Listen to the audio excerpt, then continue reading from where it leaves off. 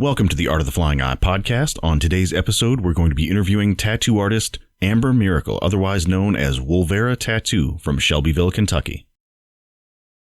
All right, so if you don't mind, let us all know who you are and what you do. So my name's Amber Miracle. I go by Wolvera Tattoo on social media. I've been tattooing for about 6 years, going on 7. I work in Shelbyville, Kentucky. At Ink and Skin Studios. Almost forgot that part. That would be important. That would be, wouldn't it? I'm sorry, go ahead. No, that was it. Oh, fair enough. So is there a specific style that you like to work in? I've really started getting into like an Art Nouveau kind of twist with some of my tattoos. Awesome. And I really love anything with realism, black and gray or color portraits and stuff like that. So Yeah. I'm kind of along those lines myself. I like doing a lot of that work, but it seems like up here in Louisville, there's not a whole lot of demand for it, weirdly. Yeah, no marketing, yeah. Yeah, it seems like everything up here, at least, is just like it's like 90% American traditional. Well, I feel like Kentucky as a whole is generically like American traditional, though. Like, I know a lot more artists that do traditional, and I know a lot more clients that want traditional. I don't do traditional, so I usually just send them off to whatever other artists that would do their piece the best. But right. Yeah, I think that's a lot of Kentucky. Yeah, and you're in Kentucky too, right? I am. I'm in Louisville. Yeah. Okay. But that's something that I definitely think has improved over at least the past couple of years. Yeah. The relationship between different artists in a town, like being able to send somebody to whoever you think they would do the piece best. Because, I mean, I remember when I first started, which doesn't feel like it's been that long ago, like everybody was super kind of standoffish and like, you don't talk to other tattoo artists. You don't do that. It was almost cutthroat. Right. And it didn't, I never felt like it needed to be. But yeah, like now you can actually like, there's still weird stuff, like especially at conventions. There's like weird tension, like people are just like, "Oh, that guy over there. I have to be careful what I say to that guy." It's super weird. I don't know what it is though. It's like, I mean, what you see for me is what you get, basically, with me at least, And I'm willing to talk to anybody. Like I have a few friends that will come in and like sit in on my sessions, and I know a few artists that probably wouldn't go over well with, and I just, like, keeping the secrets of the tattooing, to themselves exclusively, which I can understand a little bit. But when you have another tattoo artist that's, legit, not a scratcher or anything like that, like right. I'm all willing to help. Like, I guess transfer knowledge back and forth. 100%. So, because I mean, there's that saying, "A rising tide lifts all ships." Yep. The more knowledge all of us have, the more we can all build off of it and get better just as a whole. Yes, I agree with that. Yes. Yeah. Because I think I've mentioned it on one of my episodes before. The first guy that I worked under, the shop owner, the first one. I mean, he was a good dude. He was just from that bikery era where you just didn't associate with anybody. And he would make us soak our pigment bottles in a bucket of soapy water so that we would scrub the label off of it before we were allowed to throw it away so that no one could steal our secrets. What? Yeah. Yeah, it was I pretty did not intense. know where that was going for a little bit. I was like, he made you put your bottles in soapy water. Yeah, Dang. So nobody could steal our secrets. Secrets, gosh. I mean, scratchers, for one, they will go to extreme lengths to get a hold 100%. of things. So I can get that far maybe, but like other tattooers and stuff, like that's crazy. At that time, though, like nobody, I guess they were starting to like sell cheap Chinese knockoff bullshit on like eBay or something at that time. Really? Yeah, but it was like super early on with that. And basically the only place you could get tattoo pigment was from tattooers. Like you had to order it from a supply house that was going to call your shop to make sure that you had an actual license. Like they were calling personally every some places time. Still do that, actually. I kind of appreciate it a little bit. Yeah, right? Because, well, the whole internet age now, like anybody can get anything at this point. So I think that's pretty cool if they still kind of keep that exclusive. Right. I mean, it's in my opinion, it's a safety issue. Yeah. Like it's not Like, speaking of TikTok, all of the scratchers on TikTok going through any of those comment sections is just, it's awful. People talking, oh, stop gatekeeping tattooing. It's like, Oh my God. Well, everyone on there is a immediate expert on whatever video they're watching at the moment. So it's just like, when you get someone that actually knows what they're talking about, oh, it's not what they agree with, so trash their comment. Doesn't matter. But. Right. Yeah, it's crazy on there. But, I mean, seeing some of the just nasty stuff people are doing, like, it's like prison It's not funny. stuff. No. It's sad, honestly. But the whole, like, gatekeeping comments on there, like, to my mind, it's like saying, like, surgeons are gatekeeping surgery. I want to remove a kidney. It's like, what the fuck? That is such a good point to have on that. Seriously, though, like, there's no, I don't even like the term gatekeeping because it's like, what is that? Like, we're just trying to protect our profession and like legitimate artists and what they actually put forth into getting to where they are instead of someone just ripping it off and I guess spreading more of a fucking AIDS and shit. So yeah, I mean, it's just like setting and maintaining safety and quality standards. Yes. Like, of course, there are going to be people that slip through the cracks, but with an apprenticeship, like, it seems like in general, you're not allowed to progress to the next step unless you have proven that you're proficient with whatever the last one was. And that's, in my opinion, totally the way it should go. Like, I think it's golden. Yeah. Yeah. I mean, you shouldn't be like just handed a machine and somebody just like kicks you out into the big wide ocean. It's like, fucking learn to swim. Well, that dives into like a whole other thing that's going on with tattooing too right now. It's just like business owners and shop owners just wanting to make the money off of it and not really caring about that anymore. Yeah. So they just dump their apprentices into experiences they're not ready for, like, at all. Yeah, I can't get behind that. I know back in the day, like, my mentor used to talk about how at the shop that he trained at, there were always like 10, 12 apprentices oh my God. at a time.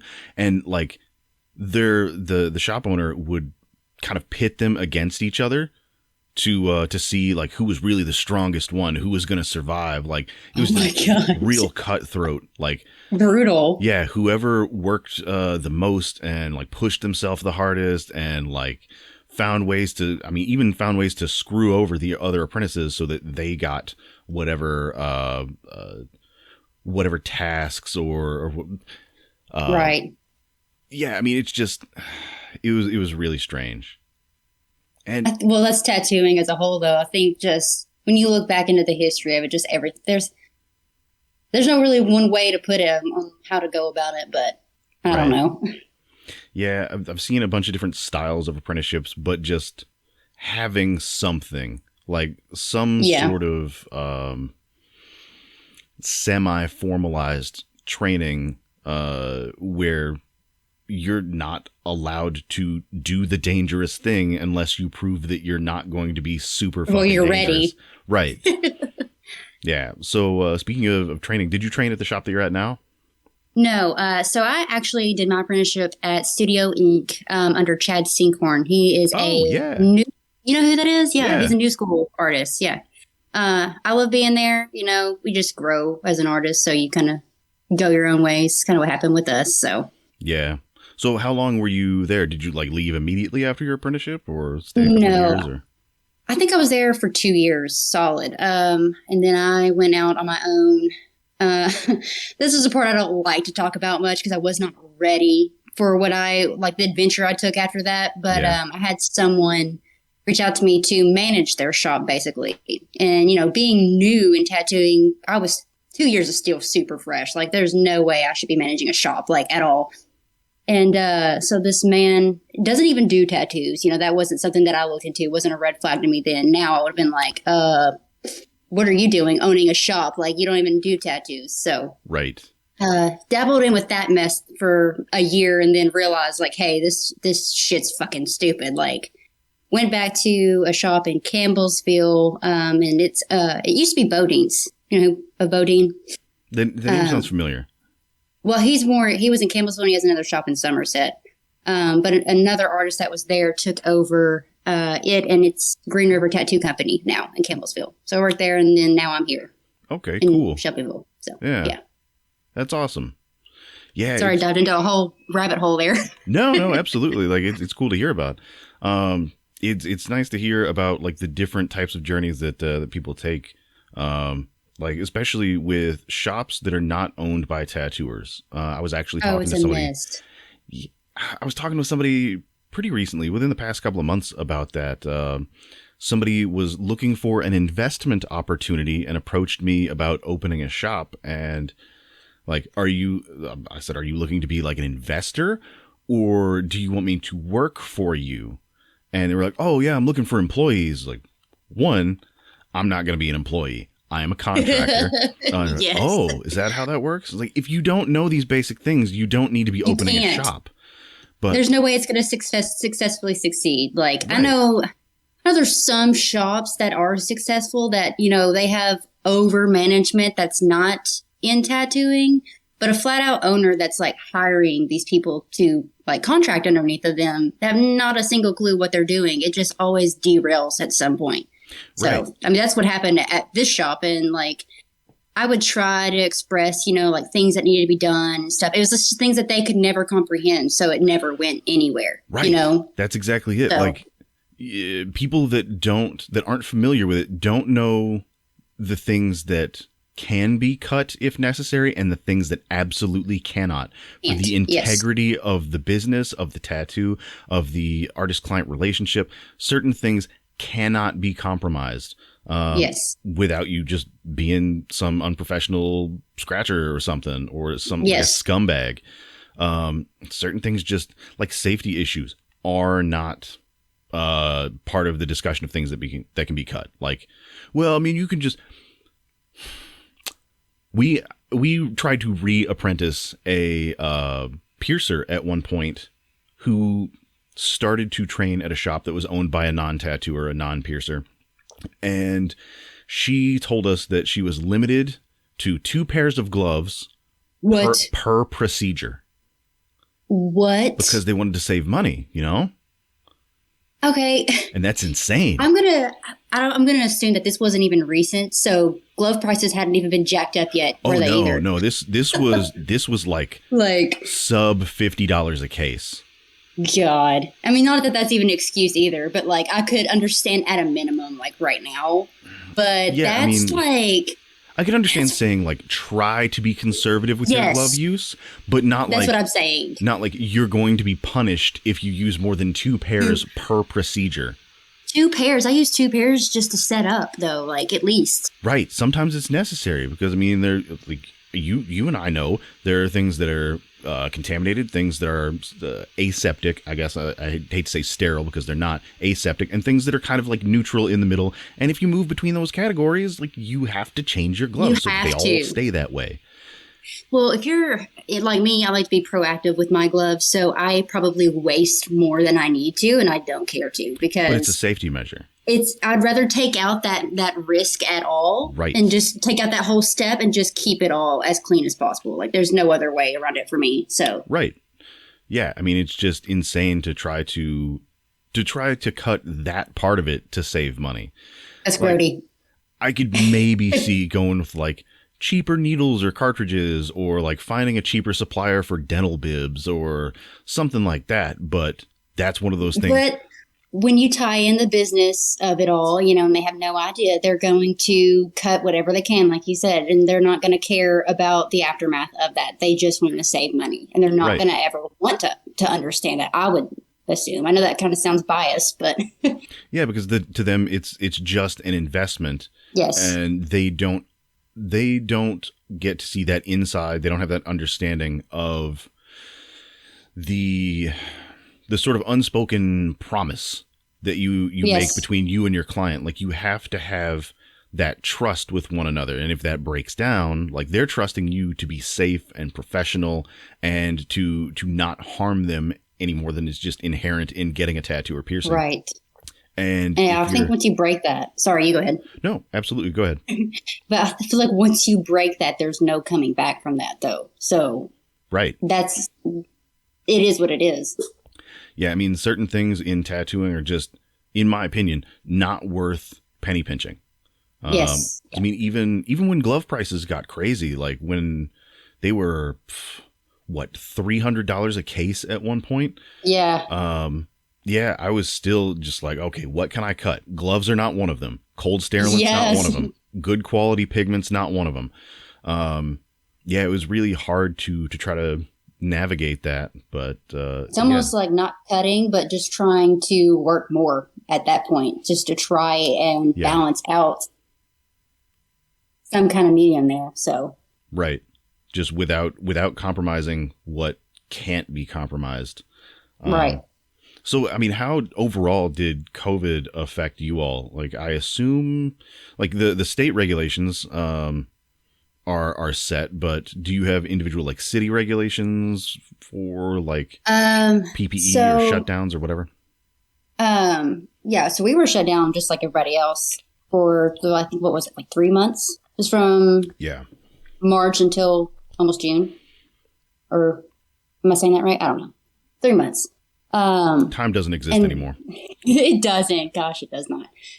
And then once we reopened, I think we followed pretty much generic rules that everyone, the simple steps that everyone had to follow, mask mandates, very limited, only client and artist could be in the shop at the time. And we've actually continued with that. And we have, instead of being walk-in, we cut that out completely. We keep the doors locked, and we were just like, all right, client and artist only. It's Same just, here.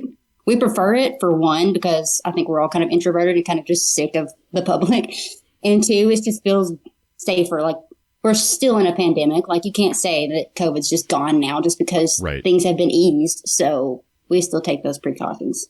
Yeah, and especially with the 2 new variants that have popped up, that like numbers are just starting to go right back up. So I'm still wearing a mask in my station when I'm tattooing. For the most part, it's one client, one practitioner in my shop, and like we moved to we do pretty much the same thing. We moved to appointment only. I'm not even at the shop unless I'm getting paid to be there. Yeah. No walk-ins. Everything has to go through my like email forms and all that stuff to get an appointment. And it's so much more relaxing for me. My clients have said it's more relaxing because, I mean, you get to give your client that one-on-one attention without having like 12 people walking in. Yes. Like, hey, I want an infinity sign and I need it right now. I'm moving out of the country. Like, I'm moving to the moon tomorrow. Like, moving to the moon. yeah, I mean, it's always like something super insistent. It's like the well, way 70% of those never even actually end up coming for an appointment that they book, because for one, they usually don't pay the deposit right then and there. Yeah. And two, if they do, it's just like, meh, I probably already got it somewhere else. So yeah, they don't care who does it, or they just want it now and they want it cheap. And that's I hate saying it this way, but that's not for me. It's not for me either. That's not the type of business that I want to run. That's not the type of tattoo experience that I want people to have. I mean, I'm changing someone forever. I want you to have the absolute best, the most positive experience that you can have. Well, I always say too, like, we charge what we have to charge, and I'm not charging these people for me to get up and answer the phones or go and open the door and have a 20-minute conversation with a walk-in and then come back and then have to cut into their time even more. So right, like if you're paying me for my time, you're going to get my time. Yes. Like, I'm not gonna give it for free to some rando that just walks in the door. They might be the coolest, nicest person ever, but you are my priority if you're in my chair. Yeah. Yeah, walk-ins are for younger people. I'll say that. Like, they're atrocious for me. Like I'm 26, so yeah. I feel like I'm old. I guess I have to admit that I'm getting there at this point, because I swear I've never been like really superstitious. And I always thought like the whole like stress and gray hair link was kind of like an old wives' tale. But over the pandemic, it's real. Seriously, like this whole, for everybody that's listening to the actual podcast and not seeing the video, I've got a big gray stripe in my beard, but like this all showed up in that first year of the pandemic. Like, it was terrible. Hey, there's nothing wrong with some salt and pepper. It's fine. Yeah, I'm working on my wizard stripe. It looks pretty cool. I like it. Rat. Yeah, now I just need the Doctor Strange like gray down the sides of my head. Just completely. My fiance has grays, and he's only 30. He's already getting grays, and he hates them so much. But it's just like, I think you gotta love it. Like, it is what it is. I mean, there's we no all changing get gray it. hair. Right.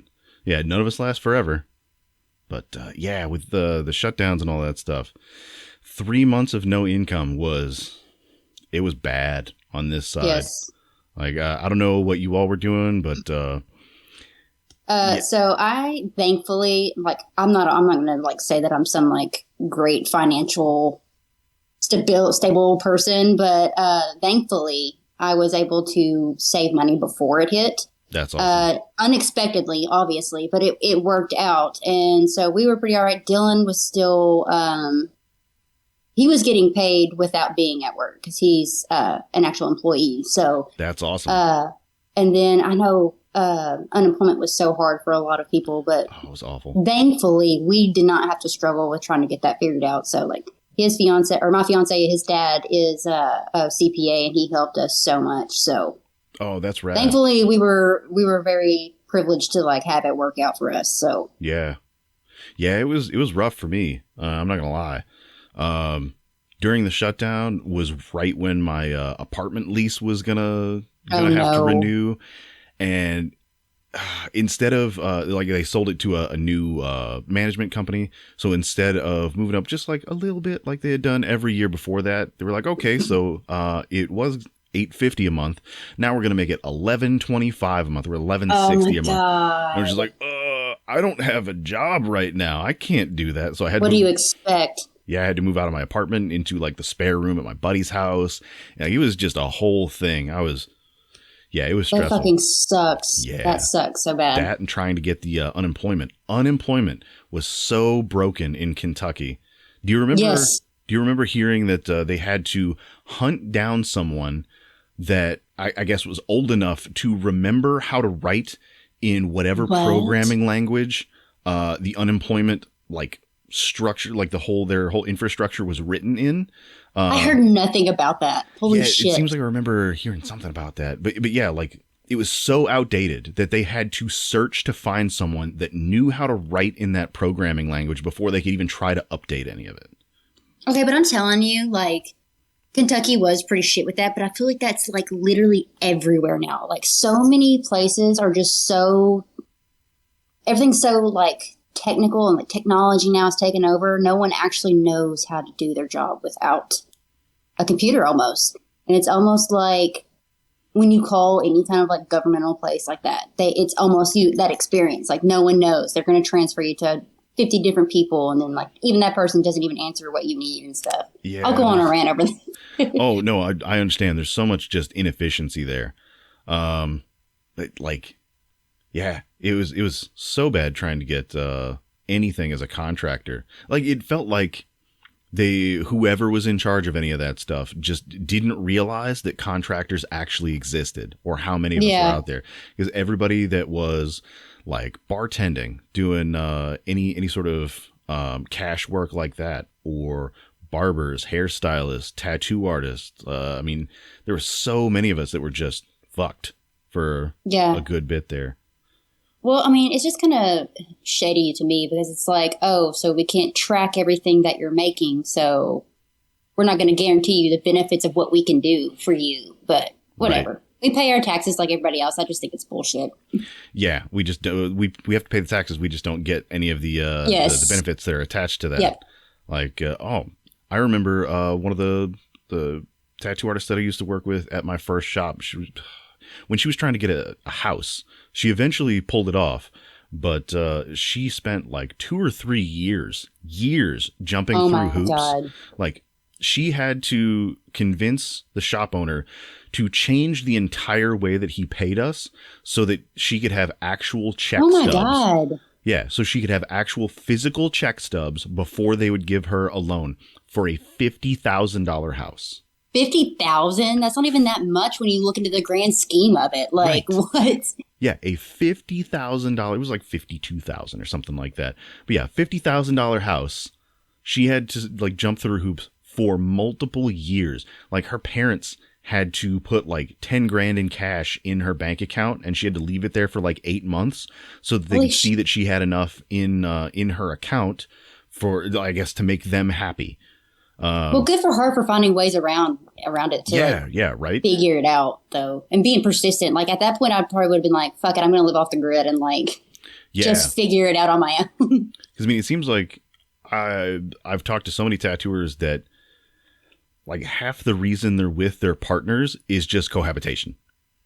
They're just God. I'm gonna hook up with somebody that's like in the real business world, like real person world, that are real life. Yeah, and they can put their name on everything, and then I'm just gonna like be here throwing us some cash every once in a while.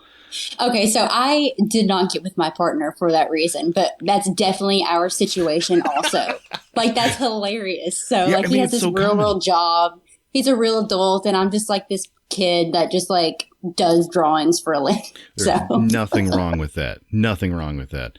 Yeah, I heard somebody say the other day, go for the job that you would have gone for as a kid, anyways, and just make it work. And yeah, I mean, it seems like that's what a lot of tattoo artists have done. Like, we get to scribble on people for money. I complain, but I can't actually complain about my job, you know? Yeah, in the grand scheme of things, like every job has their pros and cons. Yeah, for sure. Because Jesus, the stress sometimes is rough, but yeah. I think working with the public is one of the rougher areas of it. Like to be such a one-on-one job for me, like it's so hard to actually work with the like public with that. But I totally understand. I mean, just some of the stories, I guess, that I have the ability to tell people now, but just are probably some sort of trauma. Like from just working in a street shop. Like, God. People don't understand. Like, the normals don't understand how weird it can get in a tattoo shop. Like, the fact that I can tell people I've only had one person shit in my chair in front of me. Oh my God. Or like the amount of people that have had seizures in my chair. Or, oh my God. When they pass out.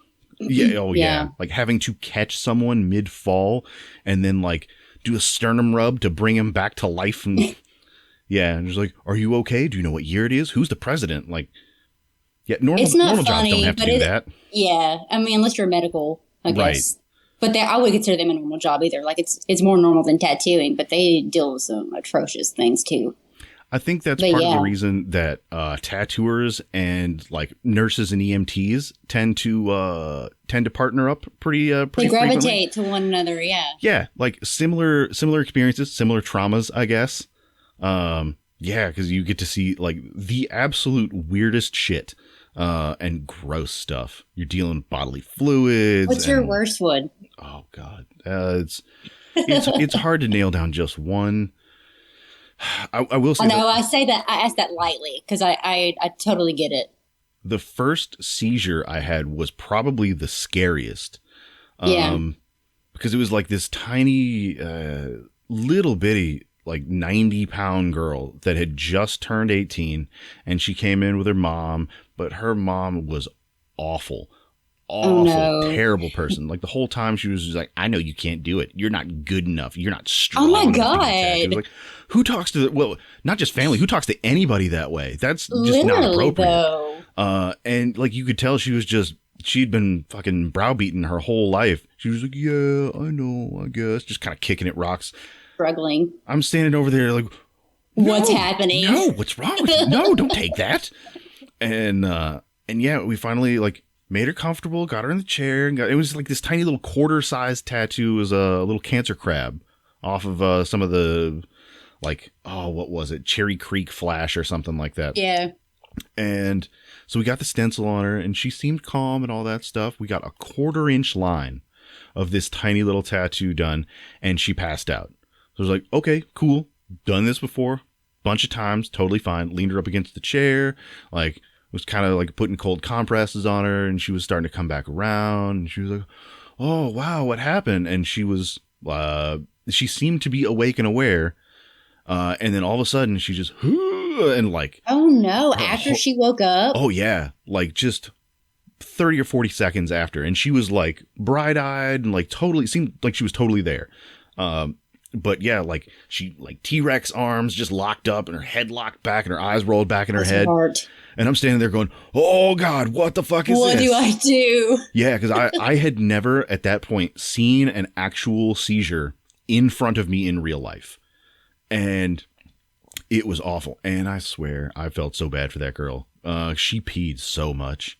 Oh, yeah, gosh, that's awful. We're talking, I had one of the kind of knockoff Tat Soul chairs that our owners had bought the shop, and the like butt part, the seat, had like a little raised area around the edges of the cushion, and she peed enough that it soaked her pants from the waistband down to her ankles and filled the like probably 3/4 inch little well in the chair under her, and then spilled out over and made a puddle under the whole chair on the floor. It was a lot. Oh, I have never seen another human being urinate that much ever in my entire life. She's probably so nervous, probably didn't like go before or something like that. I always, like you were saying, like we see the worst of the worst with our jobs. So it's kind of like, I like my clients to know, like in that situation, if it ever happens, like they get so embarrassed. And I hate that, like, yeah, it's like we see it happen. Like it's not under their control. Like it's human, like nature. Right. Like you can't help it. Like that's what we signed up for this job for. You know, like we're here to help you through it. So yeah, I just would hate like the embarrassment that she probably felt after that. Gosh. And the worst part was, I made sure Mom was standing right there. I made sure to ask, like, has she ever had seizures before? And Mom's standing there, just like nothing's happening. She's like, didn't care. No. Like, God. I was like, why are you so just relaxed right now? Why you almost look annoyed that your daughter just had a seizure for the first time ever in public. I don't like to call people I don't know names, but what a bitch on that one. I've called that lady way worse before. God. I was like, yeah, you need to take your daughter to the hospital like right now. Seizures are no joke. It's like her brain is misfiring. Like that can cause damage. She needs to be seen. Right. And she's like, no, I don't want to. That's expensive.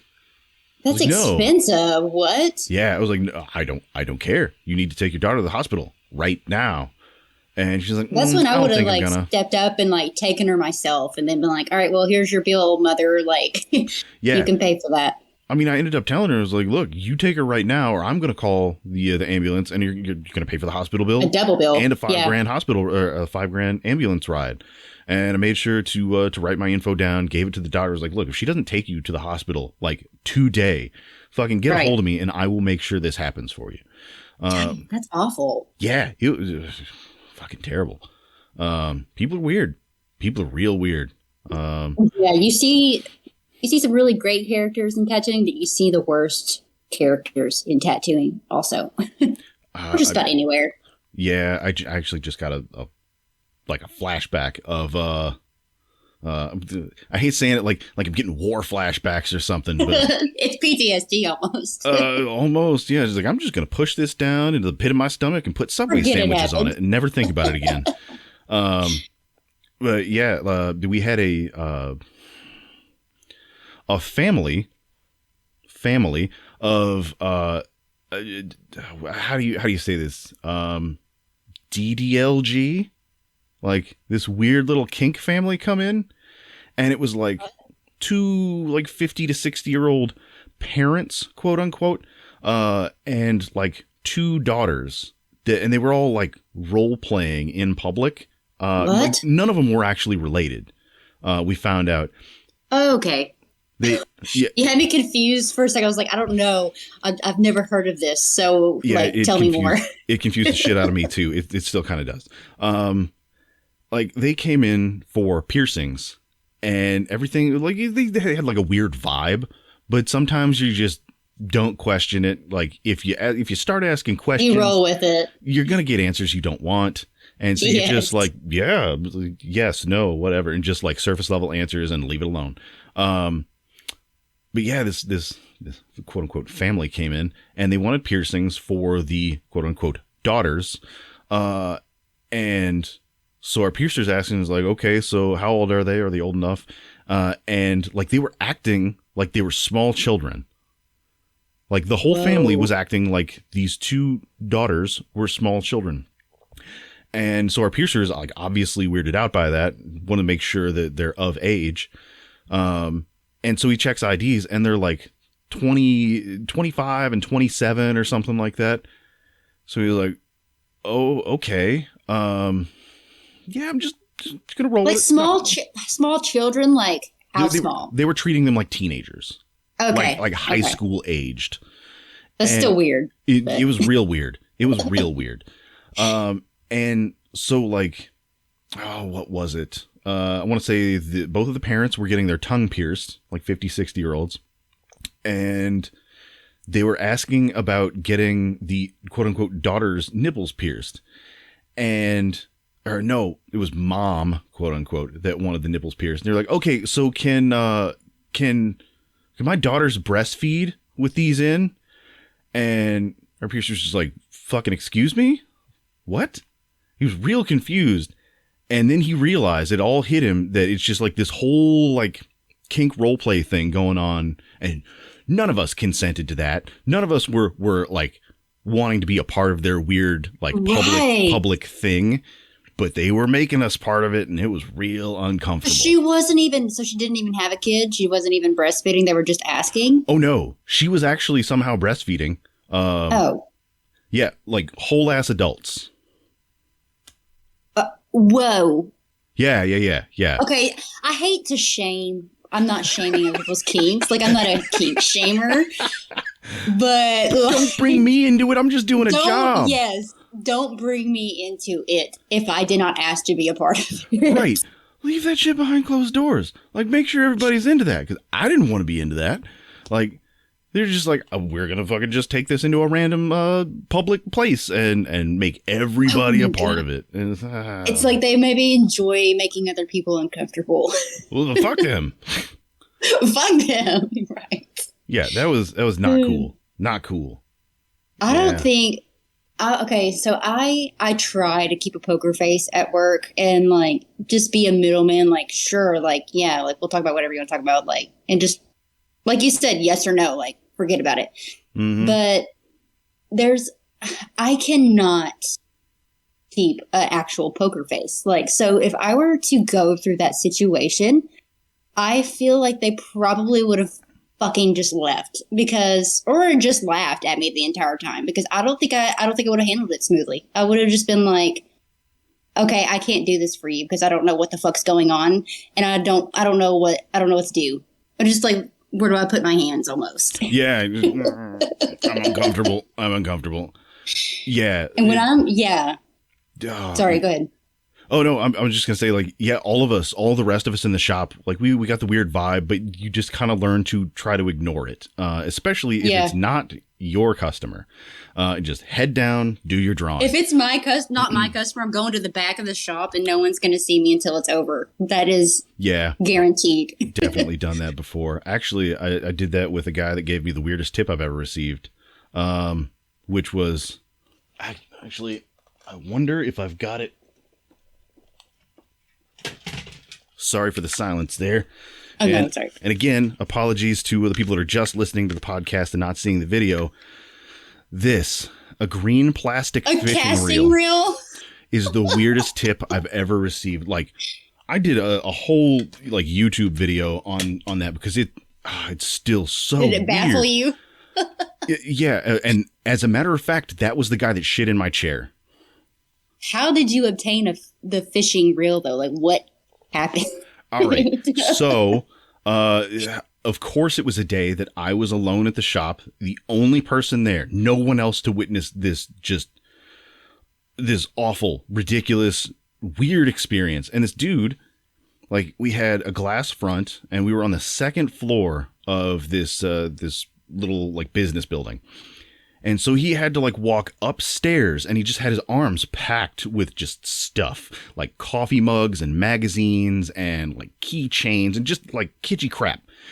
And so he like kind of uses his arm, nudges the door open, and comes up to the counter. Coming into his appointment? What's that? coming into his appointment like that, or just Oh, he was just a walk-in. Oh, okay. He was just a walk-in, and he just appeared out of nowhere in the middle of the day. I'm alone in the shop, and he just like kind of rolls into the shop all smooth, like just using his arm to kind of open the door, and he's just tons of stuff piled into his arms, like holding the top of it with his chin. And he just like comes up to the front counter, which was like pretty high because our stations were like raised up off the floor about a foot. And he just like unloads all this crap on the top of our stainless steel counter. And I'm wondering, what is going on? What is all this? Like, is this dude like crazy? Is he homeless? Like, why are you here, and why are you putting this on my counter? Trying to make a rational thought on what was happening. Yeah, I was just like, hey man, can I help you? And he's like, I want a tattoo. I was like, well, you're in the right place. We do those. Like, what kind of tattoo you want? And he was like, I want a DNA. I was like, I don't. A DNA strand? Yeah, that was my thing. Like, I don't think that's the way you say that, man. Do you want a strand of DNA? Like, I want a DNA. I was like, okay. Okay. Yeah. So do you have any like reference images or like any specific style? And out of nowhere, like somebody flipped a switch. He just goes, "Ah," and starts like crying. I was like, oh God, what is this? My God. I'm not trained for that. That's exactly what that was going through my head, was just like, I don't have the appropriate training for this. And this was, I think, just after our shop owner allowed us to finally get a computer. Because for the longest time, it's like, no, computers just, they're cheating. They make you fucking lazy. Just, you gotta hand draw everything. Use the magazines. So yeah, like it went back and forth like this a couple of times. We're just asking basic questions like, I mean, do you want it in color or black and gray? He would just go, ah, and start weeping. Oh my God. Oh God. So finally it was just like, okay, I'm going to go back to the computer, and I'm going to fucking type this in Google, and you just point at a style that you like. Point at it. Yeah. And before this though, he pointed at one of the pile of things, was a Scientific American magazine, and it had, what was it? It had a molecule on the front of it. He was like, I want a DNA like that. And he points at a molecule, and I was like, but that's not DNA, man. That's a molecule. And he goes, ah, and just starts crying again. Oh my God. Yeah. So we move over to the computer, and I search DNA strand, and like a bunch of different images come up, and it was like, just point to the one that you like. And he points to one. I was like, cool. Make a stencil, and size it and all that stuff, and give him a price. And by this point, he's just, yeah, that's okay. Just like doing the sucky lip thing. And he's trying to like explain to me that like his dad, was like the head of the Human Genome Project, and just all sorts of like really outlandish sorts of statements like that. And like, that's why he's carrying all these like science adjacent things. And a fishing reel? Oh, that comes later. That's okay. An entirely different thing. So we sit down. He's okay with the price. We're all good. And I'm thinking like, he said his dad just died. Grief does weird shit to people. Like, I understand. Okay, I'm not going to like be too judgmental. I get it. People get weird with death. I understand. And so as soon, like, he starts slow motion, he starts to sit down in the chair, and he's still kind of like crying a little bit. As soon, the second his butt hits the chair, like, that's done. Different person now. He's like, hey man, what's going on? Everything cool? Like the previous thing, the cry session never happened. What? Like somebody just boop flipped a switch, and I'm sitting there wide-eyed, just like, what the fuck is this? What just happened? What is going on right now? It was like a mental disorder or something. Oh, like, there had to be something. Not to categorize it, but like, I mean, something. I couldn't tell you what it was, but there was something. Yeah. And yeah, we do the tattoo, and I'm still just real confused. And at the end of it, like, we just finish up, I get him bandaged, and like, he seems like a totally normal, different person the whole tattoo experience that he's in my chair. And as soon as he gets up, he just like tosses the amount of money in the chair, which is annoying to begin with. Like, in my contaminated area.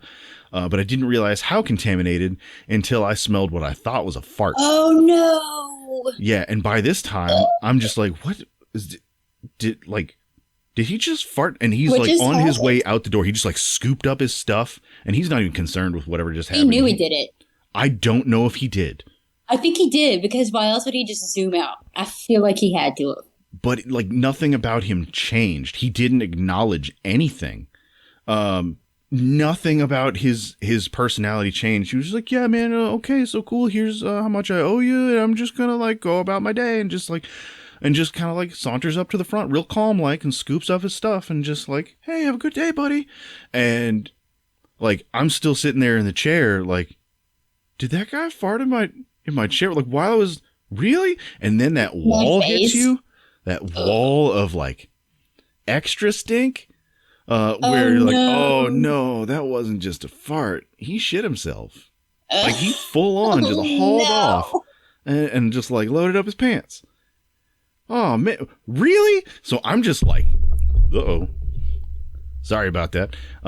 So I'm just like taken aback here. I have no idea. Like I can't process it. And I don't think that you can process for something when that happens. Like, that's just one of those things that you just have to look at and be like, that just happened. And leave it at that. And you push it down into the bottom of your stomach and put Subway sandwiches on it and forget about it forever. And oh my God. And so I thought it was over, and I told my coworkers about it like a funny story. And they thought it was crazy, and I thought it was crazy. And you're like, cool, what's the next thing we do? And just went on to tattooing. And a week and a half later. It's always at least a week. Oh, it was, oh God. So like I'm heading back, like I just opened the door into the clean room. Like that's where our employee bathroom was on the other side of that. And so I open this little like Foley door and close it behind me. And as soon as the door behind me closes, I hear the chime for the front door of the shop. And something tells me like, something's I'm weird not right going to now. be okay with this. I got a weird vibe. And then I heard like feet shuffle and something in my gut just told me, that's who that it is. Guy. It's that guy. And at this point, you already had PTSD at this point. Like my coworker Lindsay was in the front station and I can hear her like very loudly and clearly going, oh no, Shayne's out to lunch. Like obviously covering for me. Warning you, what a saint. Oh yeah, absolutely. And I thought guy was going to like be like, oh, okay, cool. I'll come back some other time. No, he was there for an hour. It was like 45, 50 minutes, something like that. Yeah. And there was no AC in that back room where that bathroom was. So I was just like huddled behind that door, sweating so profusely, just fucking pouring sweat. I was like, oh my God, please leave. Picking which hill you wanted to take on that day. Oh no, there was no choice. I was staying back there. And yeah, so I finally hear Lindsay say, he's like, okay, man, cool. Have a good day. And the door chime goes off. So I'm just like bust out the door. Like, oh my God. Like in Ace Ventura when he escapes the mechanical rhino's butthole and just like, oh God, it's so hot in there. Like, yeah, it was that sort of situation. And I just looked over at Lindsay. It was just like, was that? And before I could even finish my sentence, she was like, it was that guy, just wide-eyed, just like, it was him, the guy you described. And I was like, yeah, was he weird? He was like, he was way weirder than I ever expected. And she's like, just unblinking, staring at me the whole time. She's like, check your chair. I was like, oh no. Excuse me? What do you mean check my chair? He's like, yeah, he left you a tip. I was like, oh God. Oh no, it's like a slow walk. Like you have no idea what to expect. Yeah, that dread. And I was just like, okay, well, cool. Maybe for dealing with that, like I'll get some cash out of it. That's at least a consolation. There's gonna be more shit. Did it not cross your mind if there's gonna be more shit in your chair? I didn't know what it was gonna be. I didn't know if it was gonna be like $3 in change or like $400 bills or something, like something just weird. Because I knew if it was attached to that guy, there was something strange gonna happen. Something. And especially with the like wide-eyed, unblinking, like check your chair. Yeah, I was like, oh God, what is this going to be? So I kind of like inch up into my station, step up that little like stair step into the stations and go around the back of my chair, and I peek around the edge, and just that little green fishing reel is just sitting in my chair. Like no pole, no line in it, just a dusty green plastic fishing reel from like 1970. I was like, what is this? What do you do with that? And she just looked at me and she's like, he said it was very special to him and he thought you should have it.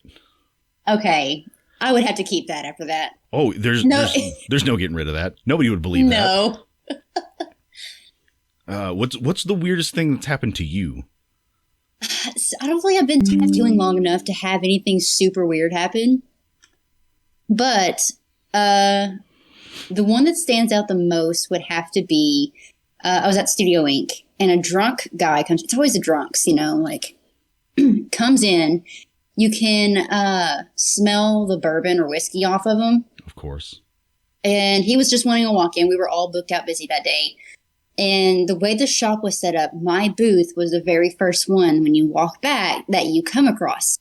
So I'm setting up for an appointment, and the only other artist that had any time available was already out of the shop. Like, I think he had something to do with his car or something like that. So the dude comes back and he's like, hey, can I hang out with you for a little bit? And I'm like, I'm a bitch. Okay. I'm going to go ahead and say it. Everybody knows it. I'm a bitch. And I look at him and I'm like, no, I'm getting ready for my appointment. No, you can go sit up front, get out. And so he goes up there. They're asking him what he wants, and figuring out what to do for him. And then they let him know hey, we don't have an artist here right now that can get to you.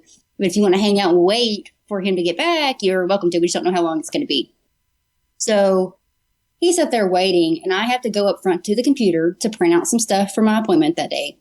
I get up there, and we had the piercing cabinet full of plugs and everything. Mm-hmm. And he comes in there and he leans on it real quick because I don't know what his fucking fascination with me was, but he had to follow me around the shop anytime I was up there doing anything. I was just it was creepy. That's a whole other subject of women tattooers and weird male clients, but whatever. Absolutely. So I'm just ignoring them. That's what I do when I don't want to talk to somebody. You'll know. I'm just going to flat out not look at you or talk to you or anything. And that's what I was doing to him. I don't do that to every client. It was just him, at that point. And I print this thing out, and all of a sudden, I hear this large, long slide, and then a crash. Oh, no. And this man had almost knocked over the entire, piercing cabinet and was just laying in the floor. Once again, okay, I might get some bad disses for this. I step over the man, go straight to my booth. I was not getting paid to deal with that, and I wasn't going to. Right. So I finished setting up, and the man apparently gets it was a few minutes later. I just hear the door slam, and I go up there, and he's speeding off in his truck, which was kind of sad. We should have probably called the police because he was drunk, obviously, and he had a dog in the back. Oh no! It was awful. Yeah, it was awful. But at that point, it's what do you do? You didn't get a license plate or anything. So, but little did we know, or little did I know, the man had pissed all over himself when he fell. And thank God I just stepped over him and missed that completely.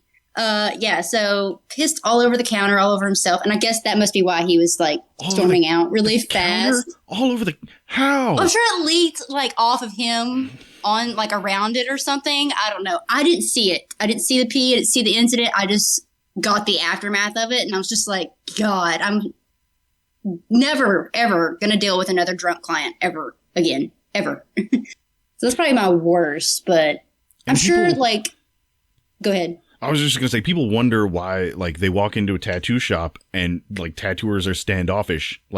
Yes, because we don't know. We have not ascertained yet whether or not you're going to be one of those people and pee on us, or you're going to be a normal person. Right, exactly. You have to pass those gates first. We're going to ask you some basic questions, and if you act like a normal human being, then we're good. Yeah, then we're all good. If you say some weird alien shit, or you try to poop on something, you can get the fuck out. Poop on anything. Get the fuck out. Your story, though, do you remember the viral post that went around tattooing about the guy that pooped a rock for his artist? Oh God, poop rock on purpose. Yeah, on purpose. He planned it, didn't he? Oh, wait, was that planned? I think so I because thought he that pooped was out. How do real. you poop out a rock? How do you poop out a rock? Like Oh, he had to okay. like I see what you're saying. Yeah, Poop Rock guy that came in, the customer, like yeah obviously put a rock in his butthole. yes But like for a second there, I thought you said like we're saying that the artist and Poop Rock guy no like kind of got together to plan this viral post or something.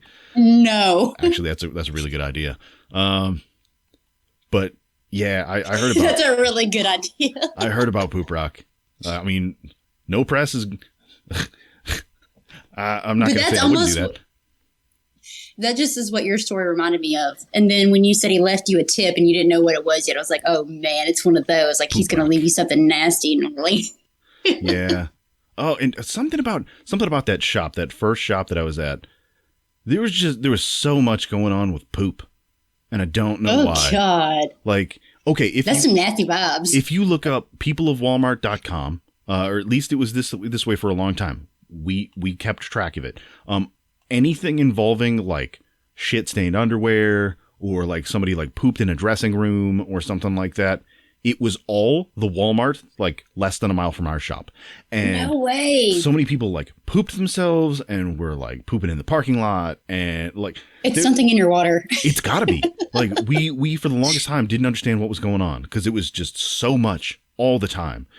And You must would have to have a board of like the amount of people that pooped that week somewhere in your town or something. it was on our bingo. Yeah, we made bingo cards. Yeah, That's hilarious. trauma bingo. But yeah, so I remember this one guy. He kind of looked like redneck Santa Claus. And he was wearing like overalls, big gray bushy beard. And we had this baseball card shop next door, owned by like this scary old vet, who would seriously Like veteran or veterinary? veteran. Okay. And like the guy would fist fight you in the parking lot at the drop of a hat.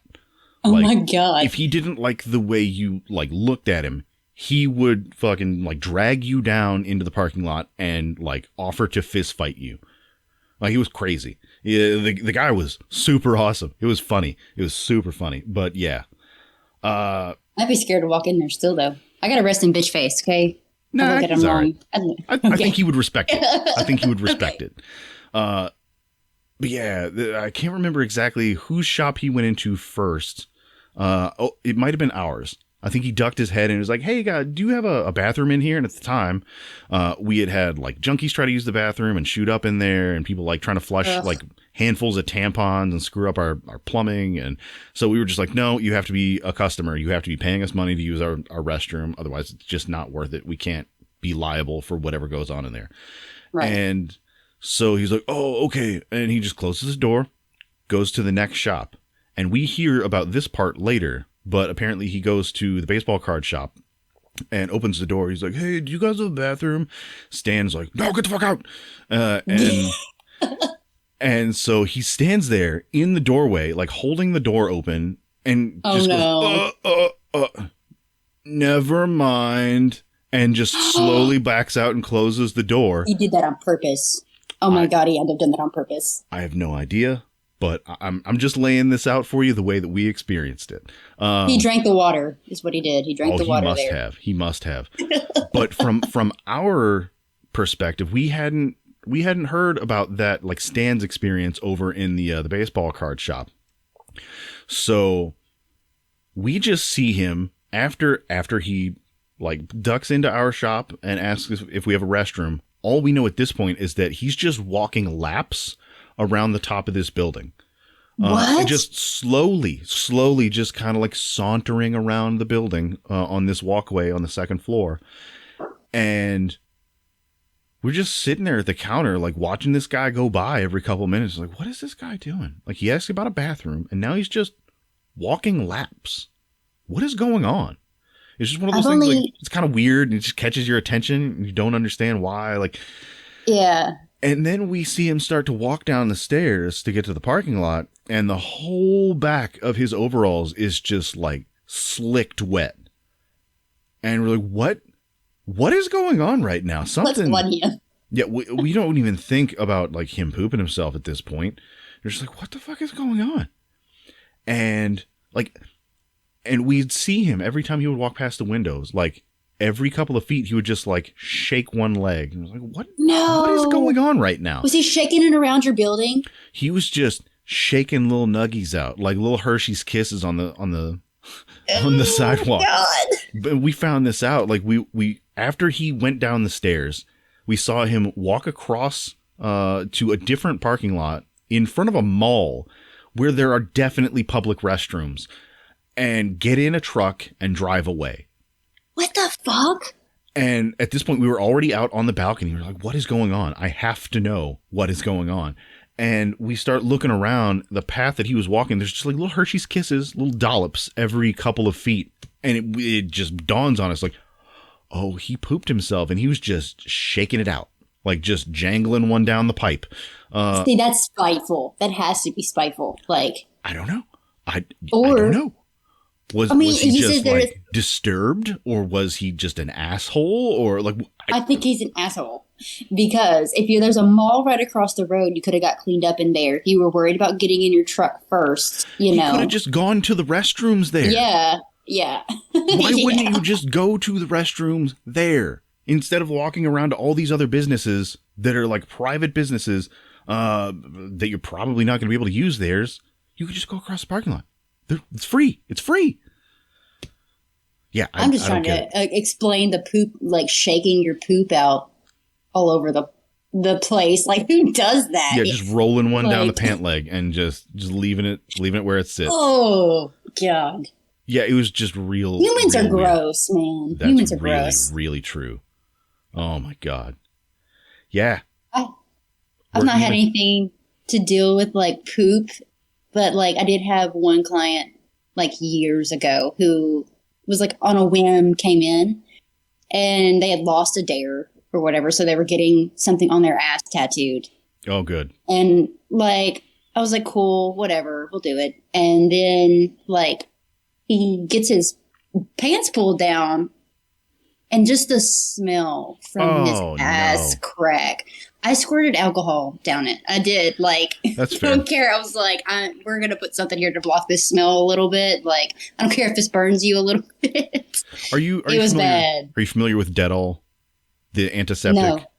No. It kind of smells like Pine Sol. It's an antiseptic liquid. It's kind of like thick and slimy, but it smells really strongly like pine. There are tattoos that I've had to like put undiluted on a paper towel and like actually shove up my nostrils. Oh no. It was so bad. So bad. This one lady smelled like, I get it. She had lost a lot of weight and she had a lot of loose skin, and that's really, really hard to take care of. Right. I understand that. But from my perspective, it was this weird thing where like, if somebody works at like a factory or something and it smells like they've just been working all day, sweat's fine. I can deal with that. But like, if you smell like you've been nesting in Taco Bell wrappers, like to the point where if I spray you with alcohol and wipe, your skin color changes, you need to go take a fucking shower. Yeah. Well, that's not clean for the tattoo either. No, so, right. You know? And most people, like, you can smell if they've got some funk going from a good ways away. You can get a little hint of it. This lady, it was super weird. As soon as you got like less than a foot away from her, you crossed a barrier into this awful like vinegar hellscape. It was like moldy mushrooms and vinegar, and it was so intense, and it was real hard to do. Like, I had to hold my breath. Like, whenever I went to go re-dip into my ink cap, I would have to go and hold my breath and then go back over and tattoo little parts of it. Oh no. And then go back over to the ink cap and go and let my breath out. And it was so bad that you couldn't even like get used to it at some point. Like, God. Like, okay. it was aggressive. Like you'd have to put something up your nose. Yeah, and of course, I tried to be nice about it. I was like, hey guys, I got to take a quick break for a second to run to the back for something. And I went back and asked our piercers, like, hey, do you have any of that vapor rub or whatever like they were using? Like Anything. our piercer sometimes on downstairs piercings stuff gets weird, so he has like that. He's like, oh yeah, this coroner's assistant taught me to do that years ago. It's apparently what they put on their top lip to be able to deal with like rotting dead people, and he had just used the last of it. So oh no, I was like, oh man, what can I find around here that has like an intense smell that I can just like rub on my top lip. Like I was spraying my mustache with it and like putting it up my nose with paper towels, and it still didn't help. It was rough. God. Again, more things that like regular folk like don't deal with. An accountant in a corporate office definitely aren't dealing with, and don't quite understand, it seems like. God. Go ahead. No, you go ahead. I don't even know where I was going with that. I think I was just going off what you were saying. Oh, I was just going to say, like, do you ever work any sort of conventions or anything like that? Get out of the shop? I used to, and I think the furthest I went was Green Bay. Is that Wisconsin? I almost said Michigan. I think it's Wisconsin. That sounds like Wisconsin. Yeah, I think it was Wisconsin. Yeah, because cheese curds. Yeah, that was a big ordeal when we were up there. That's legit. That was my most favorite convention that I worked. But I usually do a lot of local, but they up the prices and everything. And with it being how it is lately, I have not been back since like anything pandemic wise. So yeah, I'm kind of on the fence with that myself. Yeah, me too. Yeah. Yeah, I'm kind of on the fence with conventions because, I mean, with the COVID numbers and stuff going back up again, I know that we're not going to go into any sort of lockdown. Definitely not bringing back mask mandates. That's not happening. That ship has sailed. But I mean, I am vaccinated, I'm boosted, all that stuff. So I should have some protection against weird stuff if I'm around a bunch of people. But yeah, I still worry about transferring it though. Like even with the vaccine, you still transfer it. So it's just like, because I know a lot of people that have, I'm a hermit now. Yeah. I know a lot of people that have like, immune system issues and like chronic illnesses that I mean honestly cannot physically get vaccinated, and I really worry about them quite a bit. Or like younger kids that can't get it yet either. So. Absolutely. And my son's 3, so. Oh yeah, that's got to be a weird thing. Yeah. So we do things. We still go out and get to like do certain stuff, but just like large crowded stuff, we try our best to stay away from. We'll do it. Like we went to a monster truck rally with Rustin not long ago and stuff, but like we keep it at a minimum. Right. So, and like conventions, like with the money that goes into it, I don't feel like it's worth it right now, but I probably in a few years, I'll probably go back. Yeah. I mean, I gotta say the best convention that I've ever worked was, Virginia Beach. Like I've done the Louisville convention up here, and it's kind of hit or miss. It seems like it's kind of iffy. Like I never really make, I feel like, as much as I should there.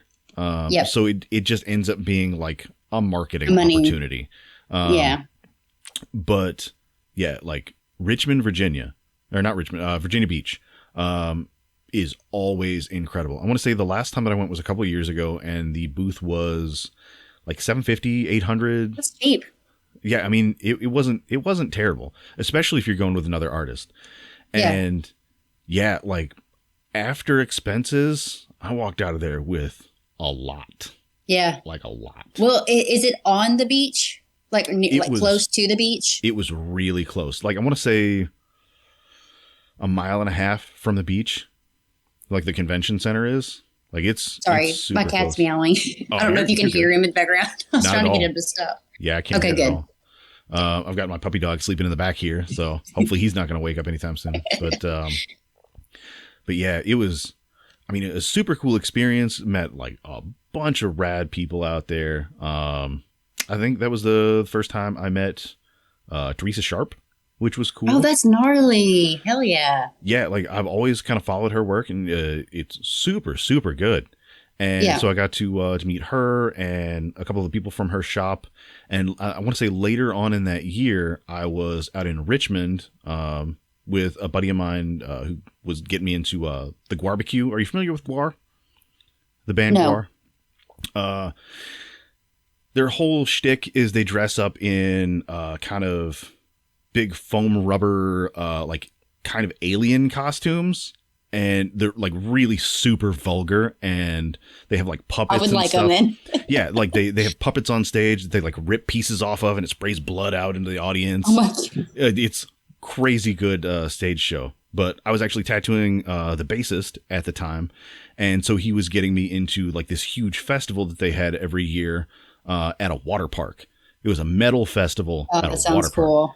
Yeah, like something about sitting on a man-made beach with like water, like waves coming in and all that stuff in the middle of summer. You're wearing some shorts and like feels great outside with like Lamb of God playing 100 feet this way. With the Lamb of God playing, yes. Yeah, and then like they stop and GWAR is playing in the background, and then like a bunch of other punk bands and metal bands and stuff on like rotating stages. Yeah, it was super cool. But Yeah, I've not got to do a beach convention yet, so I would like love to like go somewhere that's a little bit warmer when I go to one. oh yeah, That would be nice. Yeah, it'd feel more like a vacation than working. absolutely does. And it was actually the first time that I went to that one was the first time I ever saw a beach. Really? Yeah, like I was 29, 30, something like that, and That's I had never crazy. seen an ocean before. Like in person, and we were out there staying with my coworker Lindsay's boyfriend, who was in the Navy. He was stationed there at the time, and That's great. You had a place to stay too. It's cheaper. yeah, it was so much cheaper. And so he gets us up at like 4 a.m. I'm like, dude, I can't handle this military shit. What are you doing? He's like, no, trust me. Just get in the car, like get together, like come on with me. You said I can't handle this military shit. What? No. Yeah, like he had just come in at like 2 a.m. And then slept for like 2 hours and got us up to go Oh out my to the God. beach. Yeah, they had apparently kept him super long because somebody lost a round of ammunition on the boat that he was on, so they had to rip everything apart to find a round of ammunition. Oh my God. Yeah, he was supposed to get home at like 8 p.m. and he got home at like 2 a.m. So yeah, we're it's 4 a.m. I'm not even like half alive at this point, and we get down to the beach. We're like, oh, this is cool. This is kind of awesome. And then the sun starts to rise over the horizon. It was like, oh, this is why. Now I see. Yep. Gotcha, buddy. Thank you. Thanks for that. That is something you cannot experience anywhere else, though. That is super cool. And the sunset, too. Yeah. I honestly, if I could, I would probably move somewhere with a beach and just do tattoos every day. Next to the beach. Go drink a margarita afterwards and then go home. Like, that's my dream. Yeah. Lindsay had actually guest spotted at Studio Evolve out there, I think. And yeah, she said it was absolutely incredible. Of course, all the artists there are awesome anyways, but being that close to the beach is just awesome. And like all the restaurants and clubs and stuff down there are pretty reasonably priced, and you can make so much money in that town, especially being a military town. Right. But the cost of living, though, is the one thing that they said Higher. kind of rough. Yeah, we were talking with them about that. And they actually have a written test that they have to pass to be able to tattoo. Hey, I'm fine with that, though. Like, I feel like Kentucky's too lax on the things that they do here. I went and got tattooed in Philadelphia by an artist. And he was telling me that their rules are there. Like, you had to, don't hold me to this, I might be wrong on it, but there was like court dates involved. Like, you had to like prove like certain things and like be there for so many years. And then there might have been a written test. It was super extensive. And I remember him telling me about it. And I was like, yeah, we don't know. This is Leo.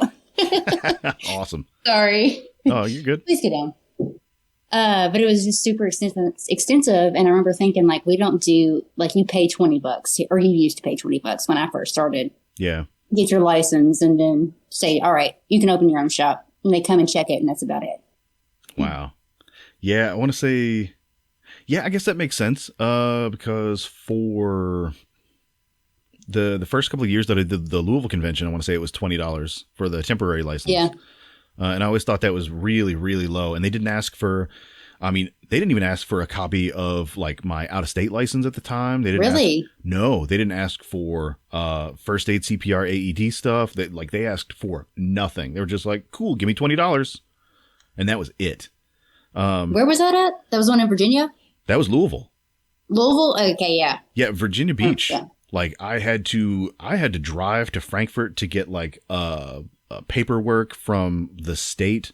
Like if I had like a criminal history or whatever, I would have to get like pay for a criminal history and send that to them. Oh wow. And like yeah, they like have the right to assess whether or not your criminal history is appropriate for them to allow you to work. Like if you have too many felonies or something like that, they just won't let you. That might weed out a lot of artists. You know, like I don't want to say like tattoo artists are like bad people, but like we live a different lifestyle completely. So tattooing is what's keeping a lot of people out of trouble. Yes. Yes. Like, well, when Kentucky was thinking about putting the like no felony convictions or whatever into their regulations, do you remember that? No. What year was that? Probably 3 or 4 years ago. Were they really? Yeah. Like it was around the same time that they were going to try to add no tattooing around scars or whatever. Yeah, it was all in that same big shit show. Okay. And yeah, they wanted to make it where if you had a felony conviction, you could not be a tattoo artist in the state of Kentucky. And I was like, that's irresponsible. Why? That is a bad idea. Tattooing is the only thing keeping a lot of people from doing other irresponsible shit. What's the correlation, though, is what I want to know to that. I don't know. I mean, I guess the same sort of restrictions that they have, like, I think if you have felonies, you can't hold a lot of professional licenses, like I think doctor, lawyer, maybe nurse, I think EMT, like along those lines, maybe safety and ethics issues. But that doesn't really, that I can see I can see the safety and ethics, but that's about it. Like, yeah, but I mean, even then, there are tattoo artists with multiple felonies that I would trust with like my money and everything valuable that I have in my life before a lawyer or half the doctors I've ever met. Yes. Yeah. And it is not, in my opinion, an accurate representation of someone's character. Yeah, like it just seems like a dumb idea. But I started out tattooing. I'm with you on that. I started tattooing in southern Indiana, and there were literally no laws on the books for tattoos until like 2016. Really? Yeah. That's odd because, well, I'm thinking of, what was it, South Carolina? That was like the last state to legalize it. Really? I think it's either South Carolina or North Carolina. I think in South. You would think that they would like be one of the states that like doesn't have it. I don't know. Yeah, I mean, they're not related. Up to that point, there were no inspections. There were no regulations that we had to meet. Like it was all self-regulation, just like complying with, just like industry standards and best practices. Like I get tattooers. I don't know how your health department is, but like for us, like we know more about what we're doing than them. Oh, 100%. Usually. And like I can get that to an extent, but like there's got to be something to hold shops accountable for when they're not absolutely held up to standards, you know, like otherwise. Other than the old school shit of just like shooting somebody's windows out. Yeah. Yes. Yeah. Yeah. I mean, I want to say when I started 2008 in southern Indiana, it was like a $50 license fee, but there was no one to regulate it. They had that on the books, but like no health department standards. And when they finally made some regulations, they copied it off of another state, and they started doing inspections. And the inspector had no idea about tattoos. Like he was a nice dude, but had no clue how any of it worked. So it was basically training your health inspector on what to look for. And like the whole time everything in our shop was above board. So we were like, hey, so when can we get that inspection? We want to make sure that everything is right. And like they were so annoyed. They were like, well, how about you get to be the first shop to get an inspection? I was like, okay, cool. They're like, That's what we're asking about it. Like, can you do that tomorrow, please? And they're like, oh, yeah, I guess so. So they show up and they've got this checklist of stuff that they're marking off. And it's like, so you have trash cans, check. And it was like, oh my God. Yeah, look, here's the things to look for in a really bad shop. Like, look for this, like let them know this, and this. And he's like, oh, I never thought of that. I'm like, oh my God. We had, it's funny because to this day, I've only had one inspector actually come in and seem legit enough to know like what they were asking about. But other than that, like the majority of them are just like asking us questions. Yeah. Still here in Kentucky also. And it's just, I don't know. I just feel like if they're going to regulate it, then they need to get people in there that know what they're talking about. Right. And actually regulate it. Because we had one come in and ask us at one point, well, is there any way that blood like splatters all over the walls and stuff like that? And I was like, I looked at him and I was like, the only thing that's going to get splattered is if like maybe I shake my ink bottle a little too much when I'm like trying to get set up and like spew it everywhere. Like that's the only instance that's ever happened for me. It's not like we're like digging into people into their jugulars and shit. It's just going to squirt blood everywhere. I mean, crazy. Well, I've seen some people bleed pretty heavily. I've never seen it. I've seen like running, blood. Yes. That if you get like a professional artist, like they're going to contain that, and know how to contain that. I think that's the thing, though. If they're a scratcher, though, and they don't know what they're doing, to be able to continually kind of rein that in, maybe they're like just trying to like shade through that and it's spraying everywhere. I don't know. I've never seen it. And of course, there's like the whole thing. There's assumed to be like lymph microspray or whatever anytime there's skin perforated, but yeah, like that's weird. Is there blood spraying on the walls? Yeah, it was an odd question. Wish he was just a sweet old guy, but I don't know. I just feel like he just didn't know really what to ask, so he was just asking whatever he could to like cover his bases. Yeah, but that's kind of the majority of the health department that I've run in with. So like speaking of I guess misconceptions about tattooing, like what kind of stuff along those lines have you run into? Because like I was talking with somebody who was like looking for a space to open a shop, and they were talking to a bunch of like business retail landlords and like real estate agents, those type of folks. Yeah. And it was just really hostile. Like everybody involved, all of these business professionals were really hostile about tattoo shops. They're like, no, we don't want that sort of sketchy element around here. I was like, that is a huge one. Yeah. I haven't owned my own shop yet, so I haven't had the chance to run into that yet, but I know that I'm going to, just from like not being taken serious in like certain areas outside of tattooing as it is, because I'm covered in tattoos. Right. But you know what? Like part of me is like wants to argue that, but then part of me is like, well, that's what makes tattooing so what it is, like people don't understand us. That's fine. Like keep it on I'm going to fringes. continue to enjoy. Yeah. Like I'm going to keep enjoying my life regardless of what people think of me. So, right. But it gets sketchy whenever you're trying to, but the lines blur when you're trying to actually do official things. It's frustrating. It definitely is. Yeah, it just seemed really unnecessary. Yeah. Some of the comments that were made about it, like, well, we don't want like bikers and criminals, and like we don't want to like.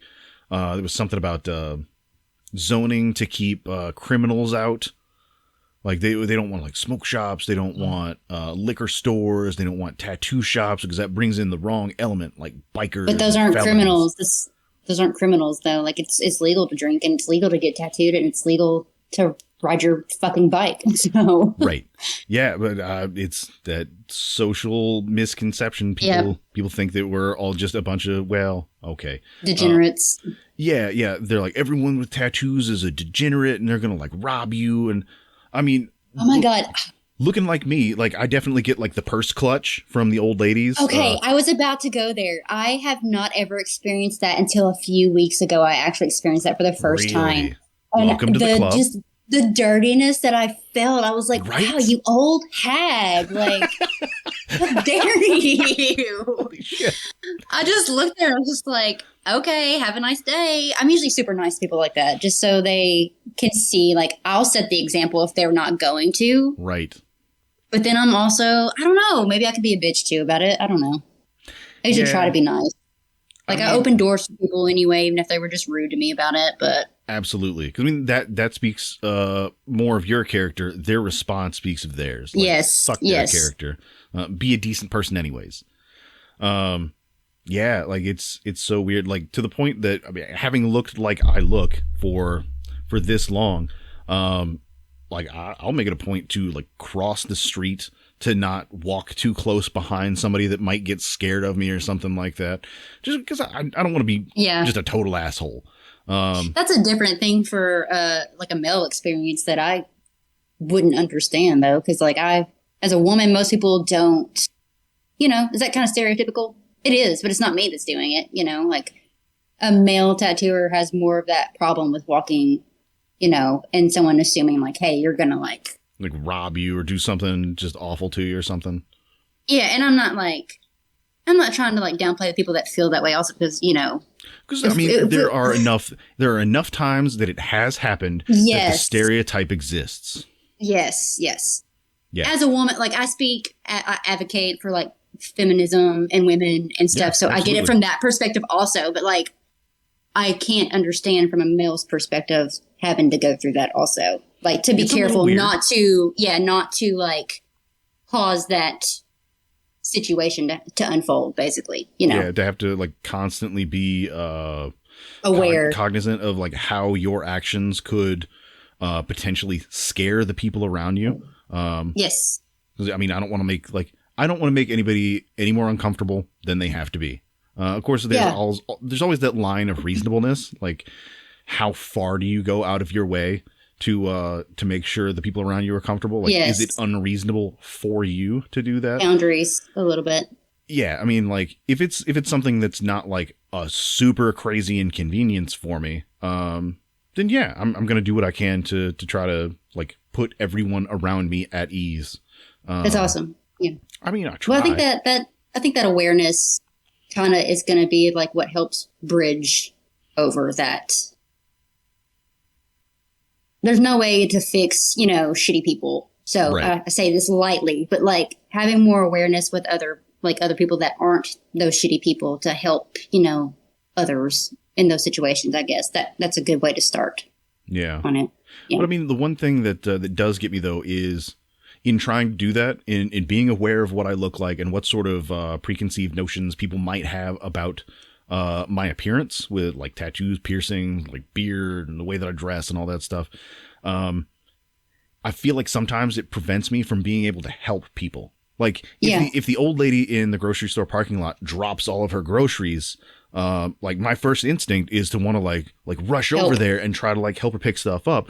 But I know if I do that, there are enough people that would be just deathly afraid that I was going to do something to them if they see like this big dude with tattoos rushing at them, that it feels like it's not worth helping somebody. And that's kind of shitty. That's sad. Yeah, I was going a different direction. You were still talking about what we were talking about before with the tattoo appearance. I went a whole different route. Oh yeah, just dudes in general, like big dudes. Yeah. I totally understand that too.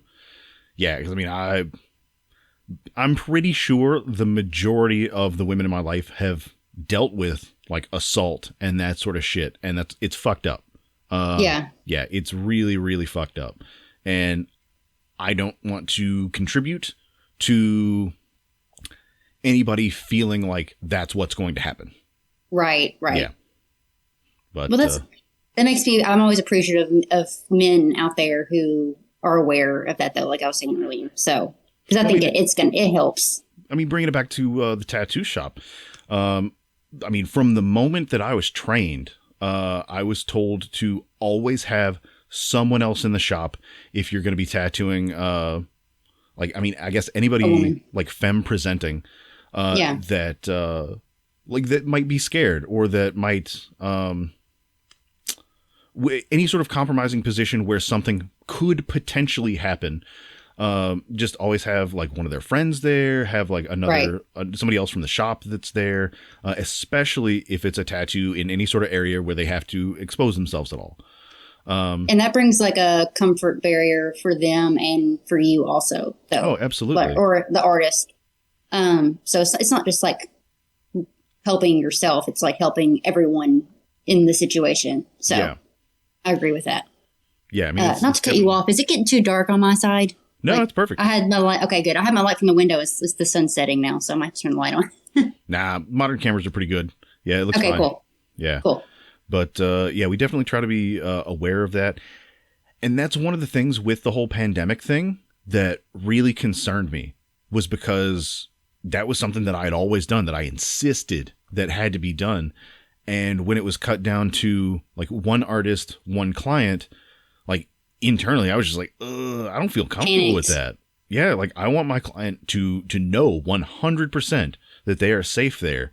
And I even had a couple of female clients that were asking like, well, I mean, can my boyfriend be there? Can like my friend be there? I was just like, I really, really wish that they could. If you legally right now, you can't. Right. No. Like if you're uncomfortable with it at all, don't hesitate to just wait. Like at that point, I was just like, I need the money. I really do. But it's not worth making you feel uncomfortable or putting you in a compromised position. Oh yeah. And that speaks volumes too. I would almost get to the point that I would just be like, kind of like, fuck their regulations at that point, and like, just say, yeah, your significant other is welcome to come in with you. Like they're already, I mean, it's more of a risk for me and stuff, but if that puts someone at ease, you know, then I would work around. Of course, unless it's outlandish, you know, unless someone's just like wanting their group of friends to be there, then like, fuck no. But in that specific instance, like I would have just locked the doors, shut the windows, and just been like, sure, no one else can see that more than one person's in here. It's fine. Yeah. You know? Yeah, it was just a really weird situation. I mean, among all of the other things that tattooers had to try to juggle and figure out around that time, like that was one that wasn't one of the initial thoughts that I had. But when you ran into it, yeah. Yeah, it was just that added layer of complexity to an already sketchy, complex, fucked up situation. Yeah, so it was definitely a weird time. Yeah, but like I said, I feel like because of that, there are a lot of tattooers, well, the ones that actually like followed the regulations, that are kind of dealing with, I mean, like you said earlier, some kind of PTSD-esque stuff. Because I've talked to a bunch of people recently, and everybody's having trouble with their memory. Like everybody's having trouble with like keeping track of time, and it's just it's really weird. There's so much now to juggle after that it's just almost, it's like forcing people to find out what's most important, handle it, and then go from there. Right. Kind of like a force to just be a little bit more simple with life. Yeah. For me, at least. Like, that's the only way I've been able to handle it, is just simplify. Right. So. Yeah, I mean, that's definitely, in my opinion, an appropriate way to do that, because it really has forced a lot of people to kind of assess their priorities. Yeah. Like, to cut out unnecessary bullshit, and to kind of to look at things in a different way, to kind of understand that nothing lasts forever. You have to use the time you have really wisely, because you'll never ever get it back. Like after being locked inside, like self-isolating and staying away from people, and like not being able to do all of the normal stuff that everybody just took for granted. Like you realize that shit, like I don't get this back ever. Yeah. Like you have to be really picky about what you're doing. Right. And I like to look at the positive things. Like I know the pandemic and the shutdown, the COVID and everything was hugely negative. Like, sorry. Did I freeze there for a second? Nope. Oh, I have my low power. My battery's about to die. Oh, okay. On 20%. But back to what I was saying. I know it was super negative for just about everybody, and a lot of shitty things came from it. But I like to think that I grew a lot through it. Like I'm sure a lot of people have, you know, faced that over those out, faced that hardship, and then you know, back to what we were talking about, had your priorities straight. Like for me, I took off more days afterwards. I was like, you know what? I enjoyed my time with my family. I'm going to spend more time with my family now. Like they mean more to me than my career does. So that's what's going to work. Yep. So, I mean, I think it had some good benefits. So, yeah, I mean, it definitely sounds like it. Because I mean, a career is nice, but I mean, a career is to make money. I mean, ideally, in my opinion, it should be fulfilling. Yes. But ultimately, it's to make money so that you can do whatever else you want with the rest of your life. Yes. Like it shouldn't, in my opinion, be your life.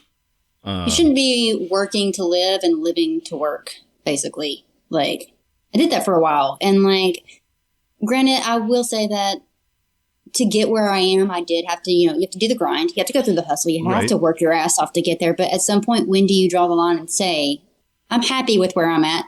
I will continue to grow, but I'm also going to accept life as it is right now and enjoy it also. Right. I couldn't do that working. At what point do you start living and stop just like trying to get the bank account high score? Yes. Yeah. Yes. Yeah. Let shit flow. What's that? Just let shit flow. Sorry, I've been cussing a lot. I don't know if you like want me to do that or bleep those out, but I don't give a fuck. Okay, good. Yeah. Somebody back to TikTok. Everything goes back to TikTok. There was a creator that I follow, which I don't know if you know who the Oddfellows are. I'm an Oddfellow. I saw that on your page, but no, I don't know much about it. It's a fraternal organization along the lines of like the Freemasons. Okay. And I follow a Freemason creator that was asking about the inherent morality in cursing. And like, yeah, I always thought it was like a weird thing. I mean, is it immoral to who? Like to who? Yeah. Right. Like, that's funny you bring that up. I had a preacher when I was a kid. Like we went to church a lot when I was growing up. And one of the preachers that we went to at one of our churches, we were on that subject of curse words. And he said, well, you know, the way I always seen it is, it's the intent behind it. Yeah, a little bit, you know, that. Like if you're negatively like cussing someone out, then sure, I could see that being wrong. But like, if you're just cussing just to cuss, like it's part of my vocabulary now. Like I don't see the harm in it. My parents were not okay with that preacher telling us that, of course, but I'm not religious now, but it was just a good like perspective of it a little bit. And I mean, it just depends on like different words are offensive to different people, or even like between countries, like words that are totally accepted in Australia as the 4-letter words, like the offensive words, are super offensive here. And some of the words that we use here, they're just kind of whatever, like are super offensive in England or super offensive in Ireland. Or, I mean, it's all entirely subjective. And even then, even then, like, is it offensive to like a specific group of people? Like racial slurs and stuff, obviously don't use those. Yeah. But like just general 4-letter words, is it offensive to like any particular religion? If so, why? I had actually heard some sort of biblical scholar a while back went on this whole explanation about it. That the reason that they're called curse words, or that term exists, not necessarily related to what we now call curse words, was it was kind of like, don't curse your mother and father. It's not like don't call them a shithead. It's like don't write their name on a piece of pottery and go down to like the town altar and like perform a magic spell for them to die. Like that sort of thing. Don't literally curse them.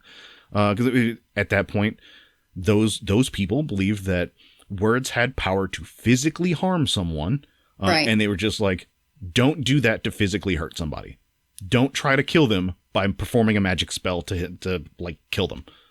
That's so crazy to think about, though, because there's so many words nowadays that have that deeper meaning to them. And when you say them, you just don't really even think that far into it. Yeah, it's just weird that that apparently that's where a lot of that came from. Of course, it's been added to over time. And like all of these other random words that somebody found offensive were just kind of thrown into that pile of words that you're not supposed to use.